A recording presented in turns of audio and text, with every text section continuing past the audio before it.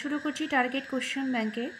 Majilpur GM training school, south 24 Parganas, second semester এভালুশনের English পার্টটি।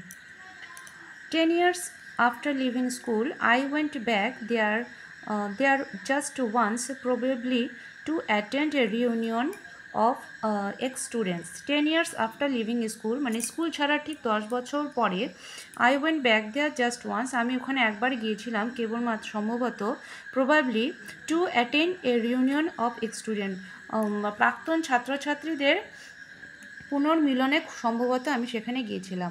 As I enter the হল, যখনই আমি সেখানে হল ঘরে প্রবেশ করলাম, I noted with surprise that, আমি লক্ষ্য করলাম যে I could not recognize it, আমি এটা করিনি। The hall which had seemed enormous earlier did not seem to be quite that big then, যেই হলঘরটি ছিল সেটি খুব একটা বড় বলে মনে হচ্ছিল না আগের থেকে। আমাদের প্যারাগ্রাফটা শেষ হলো। তো এখন আমাদের বলছে কোশ্চেন অ্যান্সারে, বলছে এ নাম্বারে বলছে supply information from the passage. Entering the hall the author was, মানে যখনই হল ঘরে প্রবেশ করলো অথরের কী হলো। তো এখানে লেখা আছে as I enter the hall I noted with surprise that I could not recognize it. তাহলে আমরা এই যে লাইনটা আছে এখানে এভাবে এটা সাজিয়ে দেয়। Entering the hall the author was, আমরা লিখবো অথর ওয়াজ সারপ্রাইজড,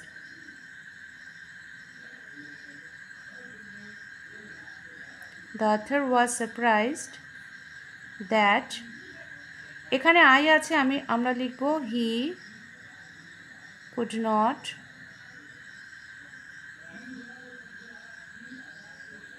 recognize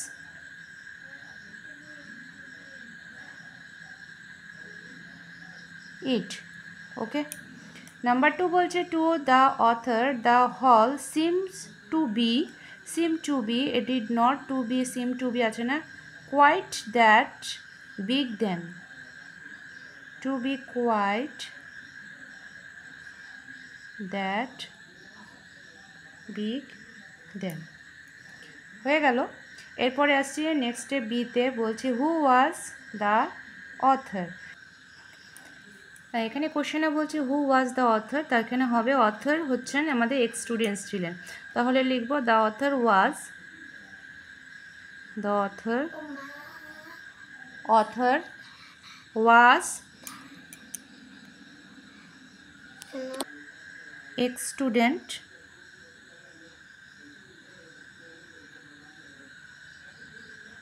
হলো। Number 2, after leaving school how often did the author go to school, উনি কেন স্কুলে গিয়েছিলেন। তো লিখব the author went to school, দ্য অথর went to school for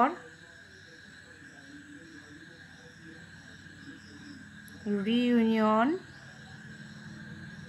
of ex-student. নাম্বার 3 বলছে when the author went back his school, তাহলে এটা হবে হচ্ছে the author went back his school after 10 years after leaving. এটাই আমরা লিখব এখন। তো লিখব কিভাবে,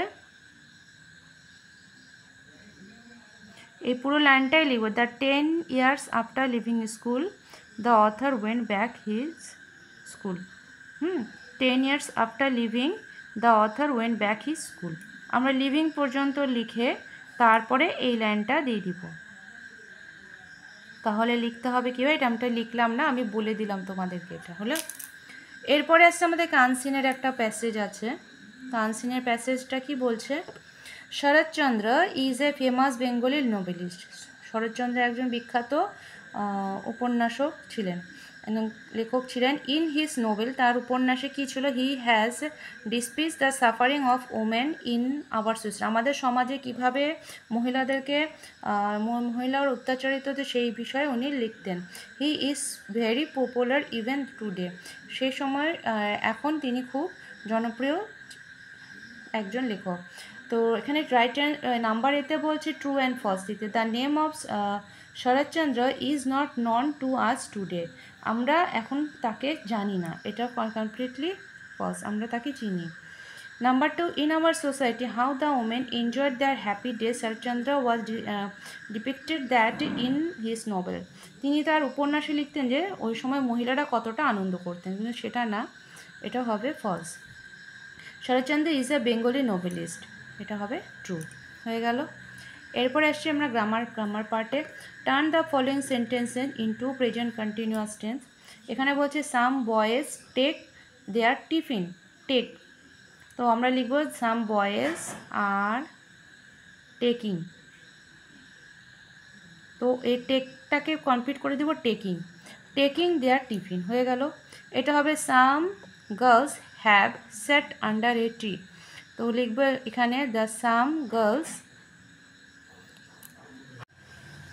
এটা হবে আমাদের হ্যাভটা উঠে যাবে, সাম গার্লস আর এটা উঠে যাবে সিটিং আন্ডার এ ট্রি, হলো। এরপর আছে fill in the blanks with preposition. প্রিপোজিশনে আমরা কি লিখব, the boy was running in tiffin period, soldiers fight for their country, হলো। এখন এখানে অপোজিট লিখতে বলছে, right opposite word. Yesterday, tomorrow, then, now, leave,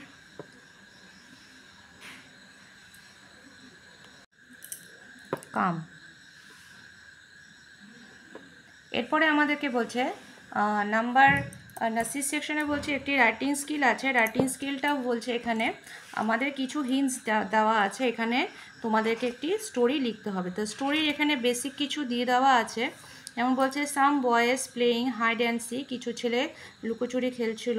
one boy tries to hide in a big earthen jar full of water, the fell into it, তারা এখানে পড়ে গেল এক ছেলেটি। One of boys but and axe, একটি ছেলে কুড়োল নিয়ে আসলো, সেভড হিজ প্লেমেট, তার বন্ধুকে সে বাঁচালো। তো এটা আমরা কিভাবে স্টোরিটা লিখবো সেটি ছোট্ট করে একটি স্টোরি তোমাদেরকে এখানে লিখে দেওয়া হয়েছে।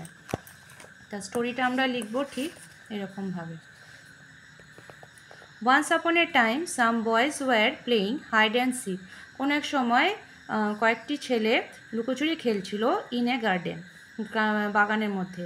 দে were hide here and there, তারা এখানে যেখানে সেখানে লুকোচ্ছিল।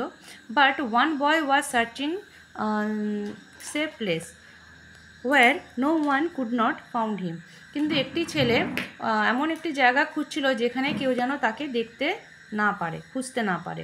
ডিউরিং দ্যাট টাইম, ঠিক ওই সময়, he saw an earthen jar which was full of water, ঠিক ওই সময় একটি সে মাটির পাত্র দেখলো যেখানে ভর্তি জল ছিল। So he tried to hide in the earthen jar, সেখানে সে লুকোতে গিয়েছিল। But he fell into the jar, কিন্তু সে জারের ভেতরে পড়ে গেল।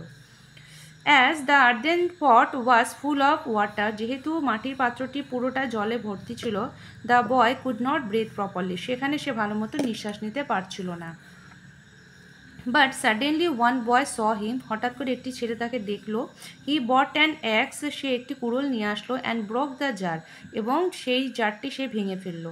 হি সেভড হিজ প্লেমেট, সে তার খেলার সাথীকে বাঁচালো ফ্রম দ্য ডেঞ্জারাস কন্ডিশন, সেই বিপজ্জনক অবস্থা থেকে। তো এই হয়ে গেল আমাদের স্টোরিটি, ছোট্ট একটি স্টোরি। অ্যাবাভ 80-র উপরে ওয়ার্ডস আছে এখানে, এটা তোমরা সবাই লিখতে পারবে, শুধু 5 না, এটা তোমরা 6 স্টুডেন্টসরাও লিখতে পারবে।